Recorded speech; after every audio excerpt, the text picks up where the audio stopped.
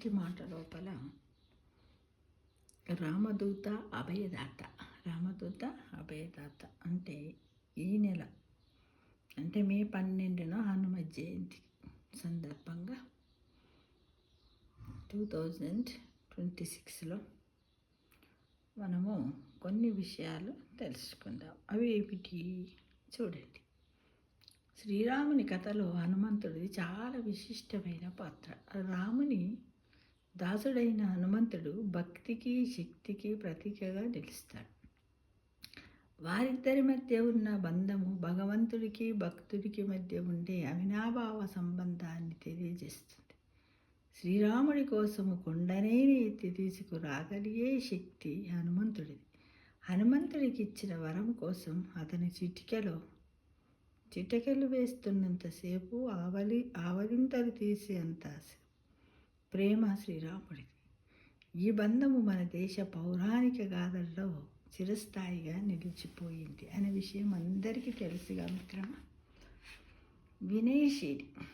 శ్రీరాముడి పట్ల హనుమంతుడి భక్తి ఎంత గొప్పదంటే ఒకసారి సీతాదేవి ఒక ముత్యాల హారాన్ని హనుమంతుడికి బహుమతిగా ఇచ్చిందంట. ఆ హారంలో ఉన్న ముత్యాలను ఒక్కొక్కటిగా బయటకు తీసి చూసి, ఇందులో రాముడు లేడు, దీన్ని నేనేం చేసుకుంటాను అన్నాడట హనుమంతుడు. మరి శ్రీరాముడు ఎక్కడున్నాడు అని అడిగింది సీతాదేవి. ఇదిగో రాముడు ఇక్కడ ఉన్నాడు అంటూ తన గుండెను చీల్చి చూపించాడట హనుమంతుడు. మన సూక్ష్మ శరీరంలో శ్రీరాముడి స్థానం కుడివైపు హృదయ చక్రంలో ఉంటుంది. ఎవరైతే శ్రీరాముని గుణాలను తమ దైనందిన జీవితంలో ఆచరిస్తూ ఆదర్శవంతమైన జీవనాన్ని కొనసాగిస్తారో వారి హృదయ చక్రములో శ్రీరాముడు కొలువై ఉంటాడు. అహంకారాన్ని వారి దరి చేరనివ్వడు. దీనికి ఉదాహరణ ఈ హనుమంతుడే. ఎవరాయన? వినయశీలి అయినటువంటి హనుమంతుడే. ఆయన ఎంత క్రియాశీలత కలిగి చురుగ్గా పనులు చేస్తూ ఉంటాడో అంతటి వినయ విధేయతలు కూడా కలిగి ఉంటాడు. మనము కూడా పనులు ఎక్కువగా చేసే కొద్దీ వినయ విధేయతలు కలిగి ఉంటేనే సమతుల్యతతో ఉండడం సాధ్యమని తెలుసుకుంటాం మిత్రమా.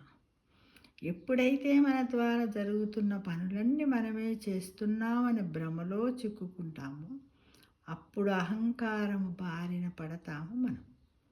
మన ద్వారా జరుగుతున్న పనులన్నింటినీ ఆ భగవంతుని శక్తే జరిపిస్తుందనే విషయం తెలుసుకొని వినమ్రతను కలిగి ఉంటే భగవంతుడి శక్తికి చక్కని వాహనాలుగా మారుతాం. మనం ఇంకా ఎక్కువ పనులు చేయగలుగుతామనే విషయాన్ని మనమందరం తెలుసుకోవాలి మిత్రమా. అయితే భజే వాయువేగం. హనుమంతుడి నుంచి మనము నేర్చుకోవలసిన మరో విషయం ఏమిటంటే ఆయన ఏ పనినైనా చాలా వేగంగా చేస్తాడు. ఆయనది వాయువేగం అంటే గాలి ఎలా వేస్తుందో అంత వేగంగా. రాముడు తన సందేశాన్ని సీతాదేవికి పంపాలనుకున్నప్పుడు తన ఉంగరాన్ని హనుమంతుడికి ఇచ్చి పంపిస్తాడు. ఈ విషయం అందరికీ తెలుసుగా. ఎందుకంటే ఆ పనిని హనుమంతుడు చేయగలిగేంత వేగముగా శ్రీరాముడు చేయలేడు అని అతనితో పంపించగలుగుతాడు. అలాగే సంజీవని మూలిక అవసరమైనప్పుడు అది ఒక ప్రత్యేకమైన పర్వతం మీద ఉంటుందని చెప్పి దాన్ని తీసుకురావాలని హనుమంతుడిని పంపించాడు శ్రీరాముడు. ఇది కూడా మనందరికీ తెలుసుగా మిత్రమా. అక్కడికి వెళ్ళిన హనుమంతుడు ఆ మూలిక కోసం వెతుకుతూ సమయం వృధా చేయడం ఎందుకని మొత్తం పర్వతాన్ని తీసుకువచ్చేశాడు. ఇది కూడా మనందరికీ తెలుసు. ఏ పని చేసినా వెంటనే చేయడము, వేగంగా చేయడము, సమయాన్ని వృధా ఇవ్వకపోవడము హనుమంతుడి యొక్క లక్షణం.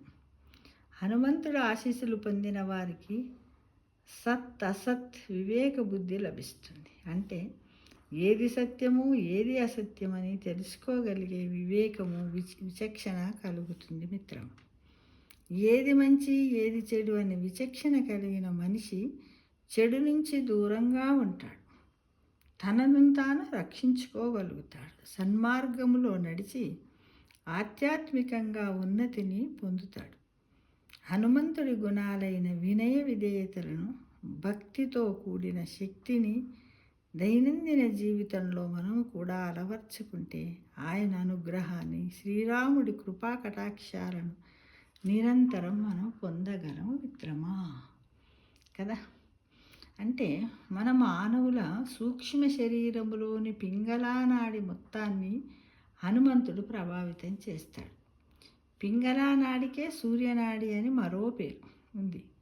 ఇది మానవులకు క్రియాశక్తిని ప్రసాదిస్తుంది. అంటే మానవులకు పనులు చేయడానికి కావలసిన శక్తి ఈ నాడి నుంచే లభిస్తుంది. ఏ నాడి? పింగళానాడి. పింగళానాడికి మరో పేరేంటి? సూర్యనాడి.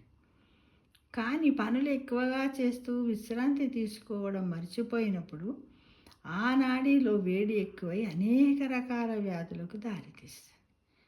మానవుల పింగళానాడి మీద తాను పనిచేసి అక్కడ అధికంగా ఉండే సూర్యతాపం నుంచి వారిని రక్షించి చల్లదనాన్ని ప్రసాదించడము తన బాధ్యత అని హనుమంతుడికి ఆయన జన్మించే సమయానికే తెలుసట. అందుకే బాల్యములోనే సూర్యుడిని మింగేయడానికి ప్రయత్నించాడు. దేవతలు ప్రార్థించడంతో సూర్యుని విడిచిపెట్టాడట. ఎవరు? హనుమంతుడు అని మన ఇతిహాస కథలన్నీ తెలియజేస్తున్నాయి మిత్రమా. అయితే అందరికీ కూడా మే 12వ తారీఖున హనుమత్ జయంతి శుభాకాంక్షలు. అంటే ఎంత ఉన్నచ్చు ఇందులో అన్నీ మనకు తెలుసు, కానీ అప్పుడప్పుడు తెలుసుకుంటూ ఉంటే ఇంకా కొత్తదనం వస్తుంది కదా. అందరం కూడా మనము హనుమంతునిలాగా మనము వేగంగా చేయాలి. ఏ పనులైనా సమయాన్ని కూడా సద్వినియోగం చేసుకోవాలని ప్రతి ఒక్కరిని ఆశిస్తూ మరొకసారి అందరికీ కూడా హనుమన్ జయంతి శుభాకాంక్షలు తెలియజేస్తున్నా. సర్వే జనా సుఖినో భవంతు.